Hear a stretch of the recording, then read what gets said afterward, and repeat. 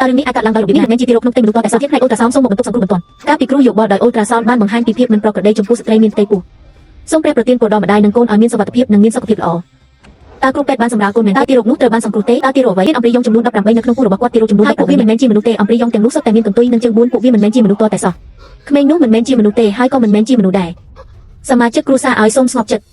លោកគ្រូពេទ្យឲ្យតើអ្នកប្រកាសទេថាអ្នកមិនច្រឡំតើវាមិនអាចជាមនុស្សដោយរបៀបណាមិនមែនទាំងស្រុងបន្ទះនៃរបស់ម៉ាស៊ីននៅក្នុងកុំព្យូទ័ររបស់នាយកបានចេះអស់រូបភាពនៅលើអេក្រង់គឺជាអក្សរមិនច្បាស់លាស់និងរូបភាពស្រមោលវាមិនមែនជាទីរោគក្នុងផ្ទៃតតែសោះលេខកូដនេះមិនច្បាស់លាស់ទេអ្នកទើបតែនិយាយថានាងមិនមានផ្ទៃពោះជាមួយមនុស្សទេប៉ុន្តែវាបង្ហាញថាម៉ាស៊ីនរបស់អ្នកខូចតើអ្នកបានធ្វើដូច្នេះដោយចិត្តណាមែនទេសមាជិកគ្រួសារឲ្យសូមស្ងប់ចិត្តសិនម៉ាស៊ីននេះពិតជាចាស់មែនការធ្វើរោគវិនិច្ឆ័យពីមុនមិនត្រឹមត្រូវទេគ្រូពេទ្យខ្លាំងៗមួយក្រុមហ៊ានវីក្មេងដែលមានសុខភាពល្អម្នាក់សូមទូរស័ព្ទទៅលោកព្រឹទ្ធបុរសរបស់អ្នកឲ្យសុំទោសលោកវងវាជាកំហុសរបស់យើងនឹងរៀបចំការពិនិត្យអូត្រាសោនម្ដងទៀតដោយឥតគិតថ្លៃភ្លាមនៅក្នុងបន្ទប់វេបខ្ញុំមិនចង់ធ្វើវាទេវាជាចាប់ខ្លាំងណាស់ពីការម៉ាសានោះចុះបើម៉ាស៊ីនថ្មីបញ្ចេញវិទ្យុសកម្មហើយធ្វើឲ្យកូនខ្ញុំជាចាប់តើខ្ញុំមិនគួរធ្វើវាទេពីបំផុតណាក៏មានផ្ទៃពោះដែរហើយមិនគួរបង្កបញ្ហាអ្វីដល់ប្តីរបស់នាងទៀតទេដោយសារគ្រូពេទ្យបានណែនាំរួចហើយនាងគួរតែទៅពិនិត្យសុខភាពបើខ្ញុំមិនច្រឡំទេនេះពិតជាមិនមែនជាមនុស្សទេបិទមាត់ទៅលីនរ៉ានឯងចង់មានន័យយ៉ាងម៉េចឯងមិនអាចពងកូនបានទេឯងគ្រាន់តែមិនអាចទ្រាំឃើញខ្ញុំធ្វើបានល្អប៉ុណ្ណោះជនបាននាំខ្ញុំទៅផ្ទះកន្លែងនេះសំណាងពេកហើយតោះយើងទៅផ្ទះ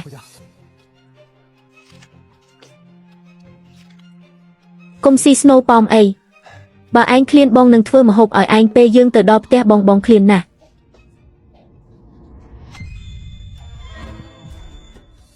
ណាចេញមកឆ្ងាញ់ទីរោគឃ្លានពេកហើយត្រូវការផឹកណា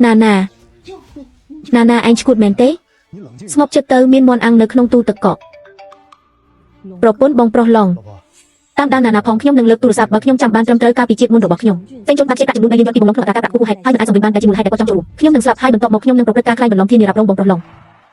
ឡងសូមផ្ដល់ពេលឲ្យខ្ញុំបន្ថែមទៀតខ្ញុំពិតជាកំពុងព្យាយាមស្វែងយល់ថាតើខ្ញុំអាចកាត់បន្ថយអត្រាការប្រាក់លើប្រាក់3លានរបស់អ្នករួចហើយតើអ្នកចង់បានអ្វីទៀតប្រញាប់អ្នកសងខ្ញុំវិញទេខ្ញុំនឹងឲ្យនរណាម្នាក់សម្រាប់អ្នកហើយរបស់ខ្ញុំមានហាងលក់ទំនិញនៅមុខផ្លូវដ៏ល្អមួយដែលទទួលបានមន្តភាពវាមានតម្លៃយ៉ាងហោចណាស់$6 លានណាខ្ញុំបានចុះហត្ថលេខាលើកិច្ចព្រមព្រៀងបញ្ចាំហើយប្រាក់នឹងត្រូវបង់ភ្លាមគ្រាន់តែផ្ដល់ពេលឲ្យខ្ញុំ3ថ្ងៃទៀតទោះបីជីវិតមុនបដូរជីវិតដំណើរការក៏ដោយហេតុអ្វីបានជាគាត់នៅតែមិនទាន់ស្លាប់ខ្ញុំមិនអាចរងចាំទៀតទេខ្ញុំត្រូវការទទួលបានបុព្វលាភនេះជាបន្ទាន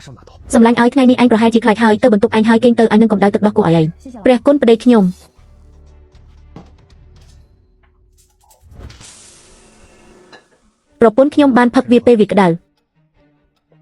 អ្នកគួរតែចូលគេងមុនម៉ោងថ្ងៃនេះចឹងណាមានអារម្មណ៍មិនស្រួលខ្លួនខ្ញុំនឹងចេញទៅខាងក្រៅហើយមើលថែនាងមិនអីទេបន្តទៅ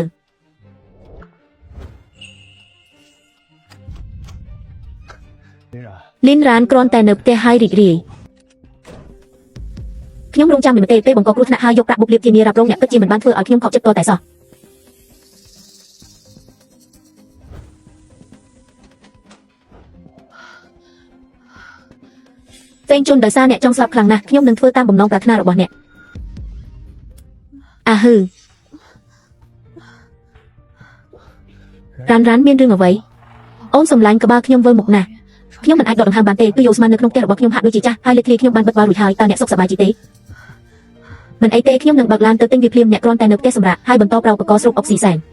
មិនអីទេខ្ញុំនឹងបើកឡានទៅទិញវាភ្លាមអ្នកគ្រាន់តែនៅផ្ទះសម្រាប់ហើយបន្តប្រើឧបករណ៍ស្រូបអុកស៊ីសែនហ្វេងជុនខ្ញុំចង់ឃើញអ្នកណាហេតុអ្វីខ្ញុំមិនអាចពោលដោយអ៊ូស្មានលោកគ្រូស៊ូនចិនស៊ីតើមិនអាគមរបស់អ្នកល្អទេ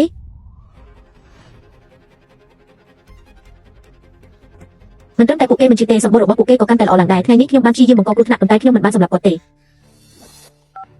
គាត់សំណាងពេកហើយលោកហ្វេងម៉ូស៊ីមិនអាគមសង្គ្រោះជីវិតត្រូវការពេលវេលាខ្ញុំមិនអាចរងចាំសម្បត្តិតែមួយថ្ងៃទេអ្នកត្រូវតែទិញមិនអាគមដំណៀតគោលជានេះមកឲ្យខ្ញុំត្រូវការថាដើម្បីធ្វើឲ្យគាត់ជួយស៊ូនចិនស៊ីទីបំផុតបានដូចគ្នាហើយបញ្ហាគឺថាដរាបណាវាអាចពន្យាអាយុជីវិតបានច្រើនតាមដែលអ្នកអាចធ្វើបានខ្ញុំនឹងធ្វើវាប្រសិនបើមានអ្វីដែលខ្ញុំត្រូវរៀបចំជាមុនតាក់ទងនឹងច្បាប់សូមប្រាប់ខ្ញុំផងសូមជម្រាបពួកគេថាភ្លើងនៅក្នុងផ្ទះមិនគួរភ្លឺពេកទេហើយមិនគួរមានភាពកខ្វក់ឬខ្វក់ឡើយប្រសិនបើខ្ញុំត្រូវការរៀបចំអារ៉េមួយពិតជាមិនអាចមានវត្ថុឈើឬលោហៈណាមួយនៅក្បែរនោះទេជិះវៀងពន្លឺខ្លាំងធូលីដីនិងឈើរឹងឬដែកស្អិតខ្ញុំបានស្វែងយល់ពីចំណុចខ្សោយរបស់អ្នកគ្រប់គ្រងរបស់អ្នករួចហើយប្រសិនបើលេនរ៉ែនសម្រាប់អ្នកដោយអ៊ូស្មានអ្នកគ្រាន់តែឈួតប៉ុណ្ណោះសម្លាញ់ឲ្យខ្ញុំទៅធ្វើម្ហូបហើយចាំហៅណាទៅញ៉ាំអាហារពេលល្ងាចពេលក្រោយ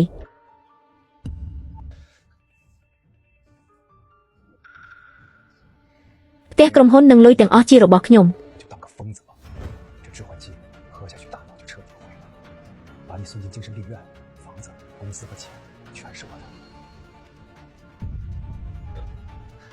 ស៊ុបមាន់របស់ប្រពន្ធខ្ញុំរួចរាល់ហើយតោះផឹកវាពេលវាក្តៅហើយណាណាកំពុងញ៉ាំសម្លាញ់ឲ្យខ្ញុំភ្លេចស្លាបព្រាស៊ុបចាំបន្តិចខ្ញុំនឹងទៅយកវា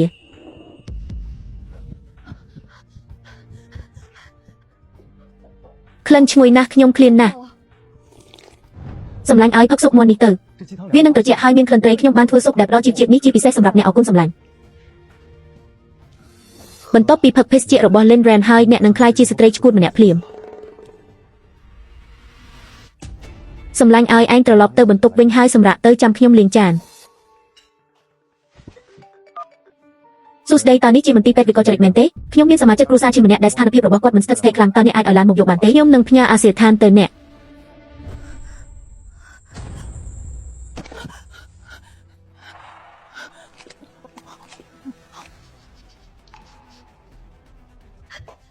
អូហឺ